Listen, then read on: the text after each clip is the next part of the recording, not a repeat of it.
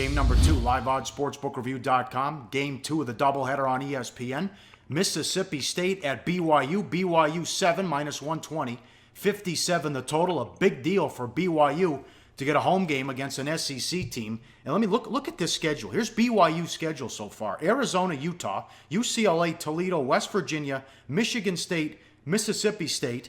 Then they play Boise and Cincinnati. You got to be kidding me. Getting a conference, fellas. That's unbelievable. Then look what happens in November. They couldn't get anyone to play them in November. So they've got all these crazy games against school, your directional schools in November. BYU will be a 3 or 4 touchdown favorite in every game.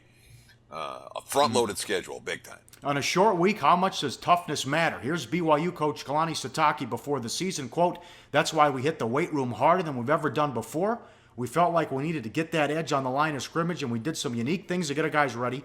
If you ask our players, we squatted more than any team. I can tell you confidently we squatted more than any team in the country and ran more stairs than them. We built a lot of strength. We lifted every day. We did the same thing in camp. If you want to get bigger, stronger, and have confidence, the weight room is the place to do it," end quote. And how about what D'Antonio said after the Spartans lost to BYU at home Saturday? Oh, yeah. His quote, "As the game continued to go on, BYU seemed to get a little stronger." And they did. BYU, they outrushed Michigan State 264-94. This is a game that we're like, hey, Taysom Hill's going to have to make plays because they're not going to be able to rush on Sparty. They rushed for 264 yards on Sparty. They went on a 31-7 closing run after being down 7-0 early. You talk about this being a big deal. BYU doesn't get SECs to come to the foothills of the Wasatch Mountains.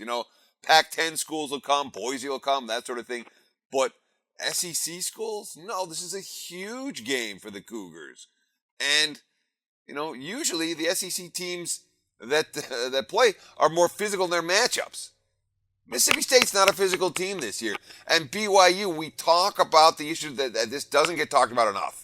The kids for BYU, they're older. They've been on missions. They've returned. They're not 18, 19, 20-year-old kids. They're 22, 23, 24-year-old men.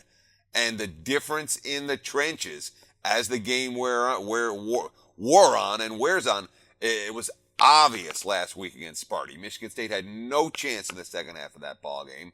And being that Mississippi State isn't exactly the most physical team in the SEC this year, I worry about the same thing happening to the Bulldogs on Friday night. Well, hey, they got issues. They were down 35-0 at half against Auburn, or early against Auburn in that game. And UMass moved the ball on them, too. Oh, my God. UMass scored 35 against the Mississippi State defense. And that was despite 3 Minutemen interceptions. That's their last road game.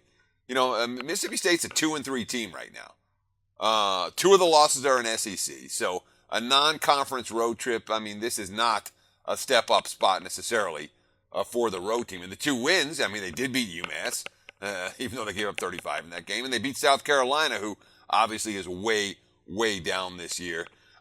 We talk a lot about how much they miss Dak. And obviously with the success that Prescott is having with the Cowboys, you can understand that. But, this defense is way down, too. This is not one of Dan Mullen's better Mississippi State squads. Hey guys, for the full video, go to sbrpicks.com. Research before you bet. Be sure to check out SBR Picks for the best game predictions, breakdowns, and much, much more.